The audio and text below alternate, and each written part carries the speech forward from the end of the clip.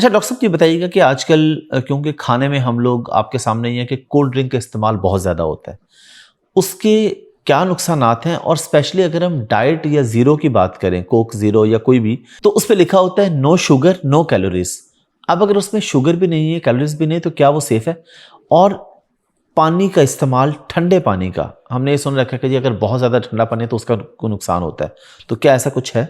Sweetened beverages जितने भी हैं, ये कोई बॉडी के लिए हेल्दी चीज़ें नहीं हैं। स्वीटेंड बेवरेज से मुराद ऐसा लिक्विड जो मीठा है, वो तो अगर फ्रेश फ्रूट का जूस भी हम बना के पीते हैं तो उसका भी नुकसान है, क्योंकि वो फ़ौरन बॉडी में स्टमक के बाद इंटेस्टाइन से एब्जॉर्ब हो जाता है और शुगर की स्पाइक देता है और इंसुलिन को भी ज़ाहिर है बहुत हाई खींचता है। तो ये जो आर्टिफिशियली मैन्युफैक्चर्ड हैं, जैसे सोडाज हैं या कोल्ड ड्रिंक्स हैं, जो बाज़ लोग तो हर खाने के साथ खा रहे होते हैं, इनके नुकसान कोई सिर्फ एक सिस्टम तक लिमिटेड नहीं है। सबसे पहले तो वो यहाँ दांतों के ऊपर से जो प्रोटेक्टिव लेयर है, एनेमल, उसको ख़राब करते हैं, हाईली एसिडिक होते हैं। फिर ज़ुबान, फिर ये जो इसोफेगस है, फूड पाइप, फिर स्टमक, वो एसिडिक होते हैं तो एसिडिटी को बढ़ाते हैं। उसमें जो आर्टिफिशियल स्वीटनर्स हैं जो कि कई चम्मच चीनी के बराबर हैं, वो ज़ाहिर है आपकी शुगर को बड़ा जल्दी स्पाइक अप करते हैं। फिर उनके जो इंटेस्टाइन पे इफेक्ट्स हैं, फिर उसमें वो जो एब्जॉर्ब होकर बोन्स के ऊपर इफेक्ट है, तो वो तो एक लंबी लिस्ट है। इवन जो ज़ीरो वाले हैं उनमें आर्टिफिशियल स्वीटनर्स होते हैं, तो वो भी ज़ाहिर है केमिकल्स हैं। जितने भी प्रोसेस्ड फूड है ना जो फैक्ट्री से बन के आ रही है, उनमें कुछ ना कुछ प्रिजर्वेटिव्स, एडेड चीज़ें या ऐसे केमिकल्स होते हैं जो आपकी सेहत के लिए नुकसान देते हैं। देखें, अगर हम पहले चले जाएं तो देहातों में रॉ फूड होती थी। अगर आटा भी बन रहा है तो बिल्कुल सादा सा मोटा मोटा पिसा होता था, बाकी खाने भी ऐसे ही होते थे, सिंपल कुक्ड। तो अब जब जूं जूं प्रोसेस्ड चीज़ें आई, ये एनर्जी ड्रिंक्स, सॉफ्ट ड्रिंक्स और लिक्विड जूसेस जो डब्बों के अंदर बंद हैं, तो तू बीमारियां भी बढ़ती चली जा रही हैं। लोगों के हेल्थ सिस्टम्स बहुत ख़राब हैं, not only with respect two diabetes, बल्कि स्टमक और इंटेस्टाइन्स के जो प्रॉब्लम है। हर पेशेंट जो आता है मेरे पास वो तकरीबन मेदे आंतों का मरीज़ होता है। जब उसे गाइड अच्छा, करते हैं, हिस्ट्री जो लेते हैं, नॉर्मल कोल्ड ड्रिंक है उसमें और जो एनर्जी ड्रिंक्स हैं, इनमें क्या फ़र्क है? मतलब एनर्जी ड्रिंक्स का क्या कोई नुकसान है या फ़ायदा? अब मैं आपको बताऊं कि यूजुअली जब लॉन्ग ड्राइव पे निकलें तो अगर एक एनर्जी ड्रिंक आप पी लें तो 7-8 घंटे तबीयत बिल्कुल फ्रेश रहती है। आप लॉन्ग ड्राइव पे जा रहे हैं तो बड़ा ठीक होता है। लेकिन मेरी वाइफ मुझे कहती है कि नहीं भाई, ये बहुत गलत है, नहीं पीना चाहिए। तो एज ए डॉक्टर आप इस बारे में क्या कहते हैं? आपकी वाइफ तो बहुत ही समझदार खातून है और कदर करनी चाहिए। वो तो है ही माशाल्लाह। अल्लाह ऐसी वाइफ ज़ाहिर है सबको मेरी दे। वाइफ है तो समझदारी होगी। बल्कि उसमें मैं कहता हूँ कि किसी भी इंसान की जो सक्सेस है, उसमें उसके पेरेंट्स, क्योंकि उनसे वो बना होता है, फिर पेरेंट इंस्टीट्यूशन जहाँ से उसने पढ़ा और एक उसको तारुफ मिला, फिर पेरेंट ऑर्गेनाइजेशन के जहाँ उसने कोई काम किया और वहाँ से नॉर्म सीखे, और फिर पेरेंट्स इन लॉ कि जो उसका बेटर हाफ है, जो स्पाउस है, तो ये सारे मिल के उसकी इसमें सक्सेस में रोल प्ले करते हैं। काफ़ी सारी चीज़ें हैं ना, क्योंकि आर्मी बैकग्राउंड भी है, तो एक वो फैक्टर भी है कि ज़ाहिर बात है डिसिप्लिन और वो चीज़ें। फिर वो खुद फार्मासिस्ट भी है माशाल्लाह, तो मेडिकल फील्ड से भी उसका ताल्लुक है, तो वो फिर मुझे काफ़ी इन चीज़ों के बारे में बताती रहती है। लेकिन मैंने कहा चलें आपसे भी ये सवाल कर लिया जाए एनर्जी ड्रिंक्स के बारे में ख़ास तौर पर। एनर्जी ड्रिंक्स को मैं तो कहता हूँ फटीग ड्रिंक्स। एनर्जी ड्रिंक्स के अंदर आर्टिफिशियली ऐसे केमिकल्स डाले होते हैं जो फेक बूस्ट ऑफ एनर्जी देते हैं for the short time, but in the long run वो आपको फटीग कराते हैं, डैमेज करते हैं। मसलन जो पॉपुलर एनर्जी ड्रिंक्स हैं उनके अंदर बहुत हाई लेवल ऑफ ग्लूकोज होता है। अच्छा, ग्लूकोज की कई टाइप्स हैं, सब क्या कि ओज लगता है, glucose, fructose, galactose, maltose, sucrose, इस तरह के। तो उसमें कई तरह के ऐसे मीठे होते हैं जो आपको केमिकली वो बना के दे रहे होते हैं। तो ज़ाहिर है ग्लूकोज लेवल हाई होता है तो एक थोड़ा सा बूस्ट आता है।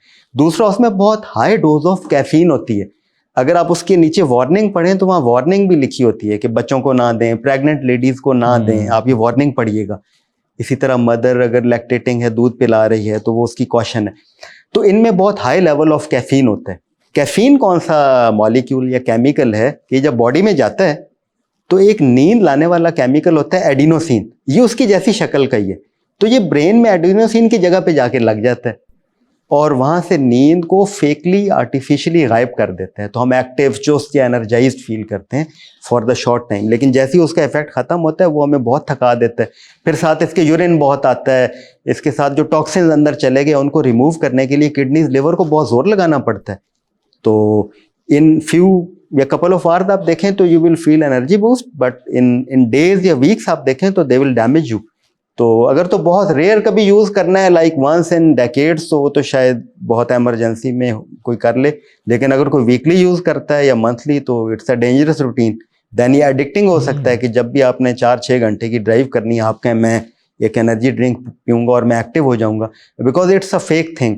It will basically consume your energy stores and reserves, जो लॉन्ग टर्म में आपके लिए बहुत ठीक नहीं है. ओके, एक मैंने आपसे ठंडे पानी का पूछा था. हाँ, बहुत ज़्यादा ठंडे पानी का क्या कोई नुकसान होता है? हम जो भी फूड खाते हैं तो हमारे स्टमक को उसको फिर बॉडी टेम्परेचर पे लाना पड़ता है, ये तो रूल है. जैसे हम बहुत गर्म चाय पीते हैं तो ये सारा जो फूड पाइप है ये उसको बॉडी टेम्परेचर जो 37 है उस पर लाता है, और अगर हम बहुत ठंडी चीज़ यानी ठंडा पानी पीते हैं या आइसक्रीम खाते हैं तो बॉडी को उसको भी 37 जो बॉडी का टेम्परेचर है उस पर लाना पड़ता है. अब जो रेफ्रिजरेटर में नीचे टेम्परेचर होता है वो बाद में 4 डिग्री पे सेट हुआ होता है. 4 डिग्री इज टू कोल्ड. 0 पे तो वो आइस बन जाती है ना, लेकिन 4 to 7 डिग्रीज पे होता है नीचे वाला रेफ्रिजरेटर, फ्रिज जिसे कहते हैं. तो 4 to 7 is too cold for the stomach and human body. तो बॉडी उसको फिर अपनी हीट दे के गर्म करती है. इसीलिए जो बहुत सेहतमंद कौमें हैं, जैसे जापान के अंदर लोगों की सेहत बहुत अच्छी है, चाइना और कोरिया में, तो वहाँ रूम टेम्परेचर वाला पानी पीने का रिवाज है. लोग एज अ कल्चर बहुत ठंडा पानी, इवन वो गर्म पानी पीते हैं. हमने ये भी देखा, उन्होंने वो मशीन रखी होती है और पानी गर्म करके पी रहे होते हैं.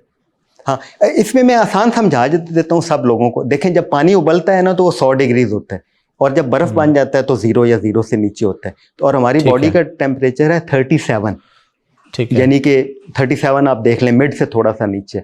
तो रूम टेम्परेचर वाला पानी क्या होगा, अगर 25 है टेम्परेचर तो 25 है, 45 है तो 45 के करीब होगा. तो थोड़ा सा रूम टेम्परेचर से ऊपर 50 डिग्री का पानी पीने में कोई हर्ज नहीं है, लेकिन बहुत हॉट या बहुत कोल्ड में फिर आपकी बॉडी को जोर लगाना पड़ता है उसको बॉडी टेम्परेचर पे लाते हुए. और डेफिनेटली अननेचुरल है, 100 साल पहले से इंड्यूस हुआ है ना. 100 साल पहले तो रेफ्रिजरेटर फ्रीजर नहीं थे. ह्यूमन हिस्ट्री है थाउजेंड्स या लाखों सालों की. तो एक चीज़ जो 100 साल पहले इंट्रोड्यूस हुई और उसके इफेक्ट्स को स्टडी करने में हमें मजीद जाहिर है कुछ 100 साल लगेंगे. तो मेरा मशवरा अगर माने तो रूम टेम्परेचर का पानी बेस्ट है. बिल्कुल ठीक है. अभी आपने चाय का जिक्र किया तो मैंने ख्याल है चाय और कॉफ़ी की बात भी हो जानी चाहिए. चाय और कॉफ़ी के क्या नुकसानात हैं और कितने कप चाय, या पहले तो ये बताएं कि अगर एक बंदा कहता है जी मैंने पीनी ज़रूर है, तो चाय और कॉफ़ी में से क्या पिए, और दिन में कितने कप जो हैं वो ओके हैं, या हफ्ते में इतने कप ओके हैं, उससे कुछ नहीं होता, उससे ज़्यादा हो तो वो आपके लिए नुकसानदेह हो सकता है. चाय और कॉफ़ी के अंदर बहुत से हेल्दी न्यूट्रिएंट्स, फाइटोकेमिकल्स और फ्लेविनॉइड्स होते हैं जो एंटी इन्फ्लेमेटरी हैं, जो एंटी फ्री रेडिकल हैं और आपको हेल्दी रखने में रोल प्ले कर सकते हैं. लेकिन फिर कंडीशंस हैं. अब कॉफ़ी तो बहुत ही हेल्दी है, और स्पेशली जो फैटी लिवर है उसको, फैटी लिवर को ठीक करने में, जिगर के अंदर जो चर्बी जमा हो जाती है उसको पिघलाने में black coffee without milk and sugar उसका बहुत पॉजिटिव रोल है. लेकिन फिर वही बात, without milk and sugar. T के अंदर भी इसी तरह जो टी की टाइप्स हैं, स्पेशली माचा टी, ये चाइना जापान में होती है. फिर ग्रीन टी की मुख्तलिफ टाइप्स हैं, ये बहुत हेल्दी हैं, लेकिन again then without milk and sugar हैं, ये एडिड शुगर. और ये जो दूसरी हम चाय पीते हैं, ये जो काली चाय होती है, आप अरब मुल्कों में अगर देखें, सऊदी अरब, यूएई, कतर, ओमान में, तो वहाँ चाय कहते हैं, वो काली होती है.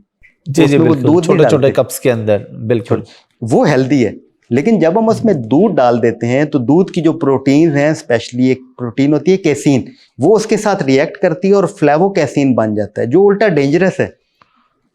यानी हेल्दी चीज उसके साथ रिएक्ट करके अनहेल्दी बन जाती है. तो दूध वाली चाय कोई बहुत अच्छी चीज नहीं है. इसी तरह दूध वाली कॉफी से भी coffee without sugar and without milk बहुत अच्छी. अब अगर उस चाय में चीनी भी है तो वो तो वही स्वीटेंड बेवरेज बन गया ना, कि लिक्विड है उसमें चीनी है. और अगर कॉफी में आपने 2 या 3 पैकेट वो डालनी है कड़वाहट खत्म करने के लिए चीनी के, तो फिर वो स्वीटेंड बेवरेज बन गया. वो जाते ही शुगर एब्जॉर्ब होगी और आपको उल्टा नुकसान पहुंचाएगी. बॉडी उसको संभालने में लग जाएगी उस एडिड शुगर को. हाँ, एक और बहुत अहम बात है, ये जो कैफीन मॉलिक्यूल है इसकी हाफ लाइफ है तकरीबन 6 घंटे अप्रॉक्सीमेटली, कि 6 घंटे में ये आधा रह जाता है.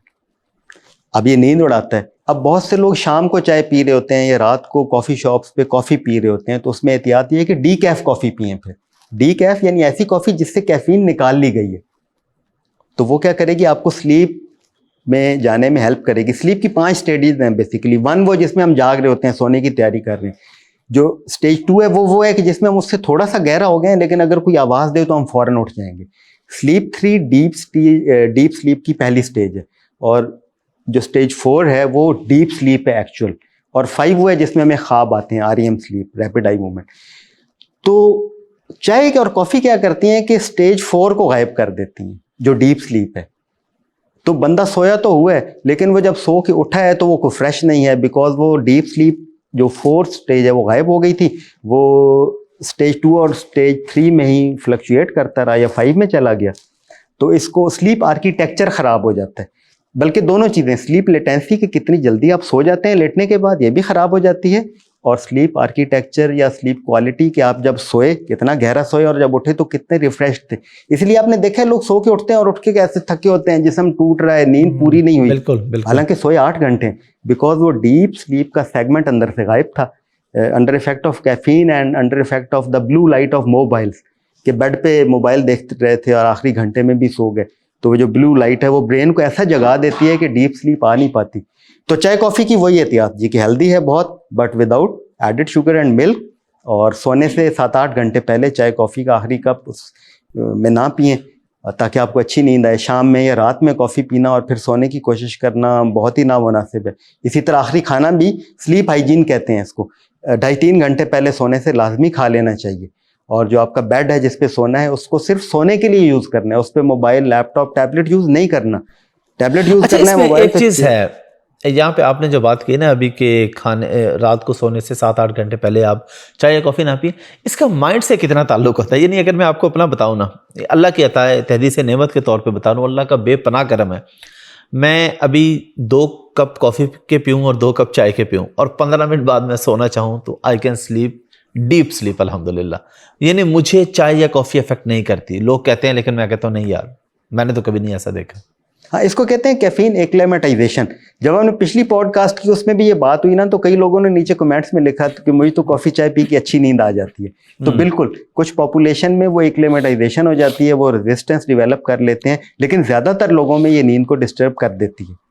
लाइक अगर हम कहना कि 80-90% लोगों की स्लीप को ये ज़रूर अफेक्ट करती है, तो 8-10% को नहीं भी करती। तो उसमें ज़ाहिर है फिर भी एहतियात में बड़े ग्रुप के साथ ही फॉलो करना चाहिए। तो चाय कॉफ़ी को सोने से 7-8 घंटे पहले आखिरी चाय कॉफ़ी पी लें। मतलब सुबह 1 कप पिएं, सुबह जब आप उठे हैं, काम पे जा रहे हैं, वो आपको हेल्दी एक्टिव रखेगी। फिर आप दोपहर मिड डे में 1 पी लें और बस आफ्टरनून और इवनिंग नाइट्स में ना पिएं। डॉक्टर साहब बहुत शुक्रिया आपके टाइम का, बड़ी ज़बरदस्त और बड़ी अच्छी और बड़ी प्रोडक्टिव डिस्कशन रही। इंशाल्लाह दोबारा भी कोई ऐसे सेशंस करते रहेंगे जिससे पब्लिक का फ़ायदा हो। और जो लोग भी डॉक्टर साहब से रब्ता करना चाह रहे हैं, कंसल्टेशन लेना चाह रहे हैं, इस्लामाबाद में इनका क्लिनिक है, क्लिनिक की डिटेल भी आपके पास स्क्रीन में भी, डिस्क्रिप्शन में भी आ रही है और कॉन्टैक्ट डिटेल्स भी आ रही हैं, आप अपॉइंटमेंट बुक करके रब्ता कर सकते हैं। डॉक्टर साहब thank you very much. Thank you very much. आप साहब स्टे ब्लेस्ड और अल्लाह आपको मज़ीद तरक्कियाँ और खुशियाँ दे। Thank you. आमीन। Thank you.